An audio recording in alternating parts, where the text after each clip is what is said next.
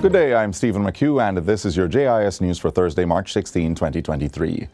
Jamaica Promotions Corporation, JAMPRO, has launched a new initiative geared at promoting the exponential growth of Jamaica's global services sector by helping local tech firms export digital services.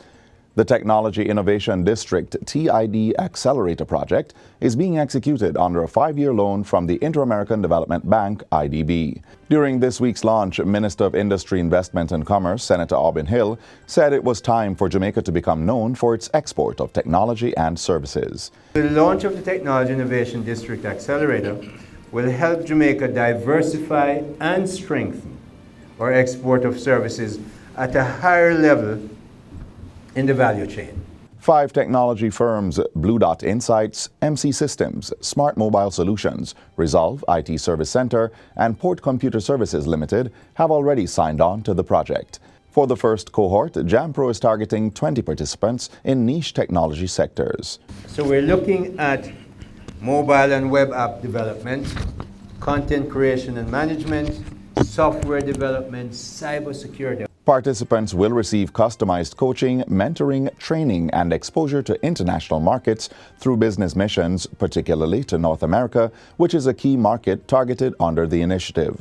The program, which is free of cost to tech firms, will be delivered via a virtual platform. Entities must be registered in Jamaica, be tax compliant, have been in operation for at least 3 years, and have a minimum of 5 employees in the organization. For registration and other information, persons can visit JAMPRO's website at dobusinessjamaica.com. Minister of Industry, Investment and Commerce, Senator Aubin Hill, is calling for more Jamaicans to embrace financial literacy as a tool to evade poverty and improve living standards. He made the appeal yesterday during his message marking March 15 as World Consumer Rights Day. Senator Hill emphasized that a financially literate population of consumers was essential to the country's growth and development. In order for Jamaicans to improve our standard of living, we must embrace financial education in its easiest form.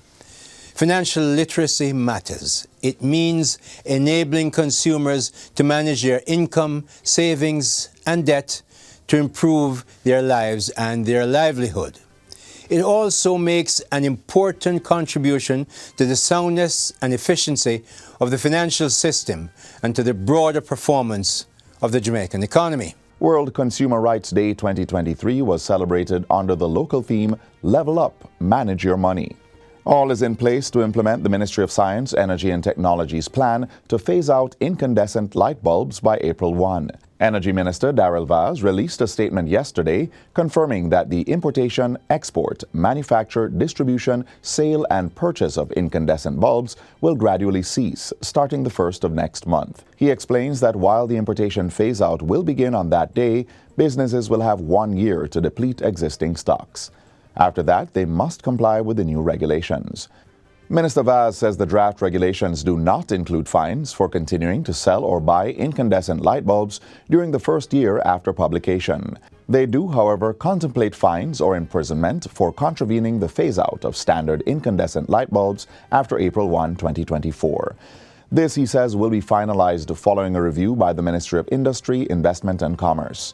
The Energy Minister says the shift from incandescent to LED light bulbs could save Jamaicans $1.4 billion cumulatively on utility bills in the first year. In the wake of a recent upsurge in employment scams, the Ministry of Labor and Social Security has ramped up its efforts to clamp down on illegal operators involved in recruiting persons to work overseas.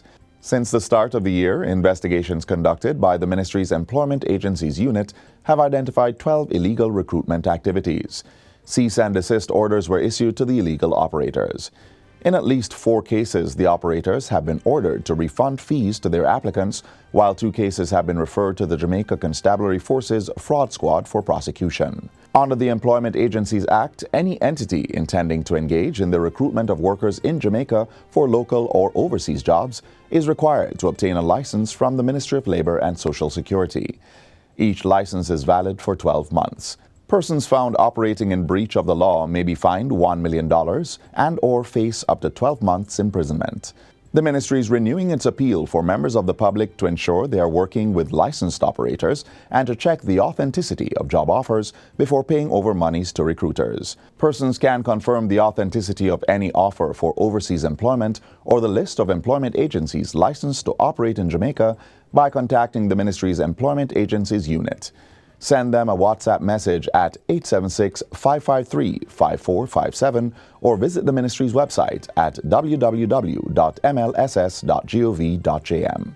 And finally, the Jamaica Anti-Doping Commission, JADCO, is on a path to achieving ISO 9001 Quality Management System certification. Minister of Culture, Gender, Entertainment and Sport, Olivia Grange, gave an update during the recent Standing Finance Committee's meeting in the House of Representatives. The Commission also partnered with the Canadian Centre for Ethics in Sport for a 2-day working visit and training and commenced its ISO 9001 Quality Management System certification to meet international standards and enhance the protection of Jamaica's sporting image. She says JADCO is focused on fostering a dope-free environment in Jamaica that promotes the ethics and spirit of sport through education, testing, advocacy, and the coordination of an effective program. The Jamaica Anti-Doping Commission began training in order to implement what is called the paperless anti-doping sample collection process in its quest to do the right thing going forward. This will improve the efficiency of the doping control program. And that's it for JIS News Today. I'm Stephen McHugh. Thanks for watching.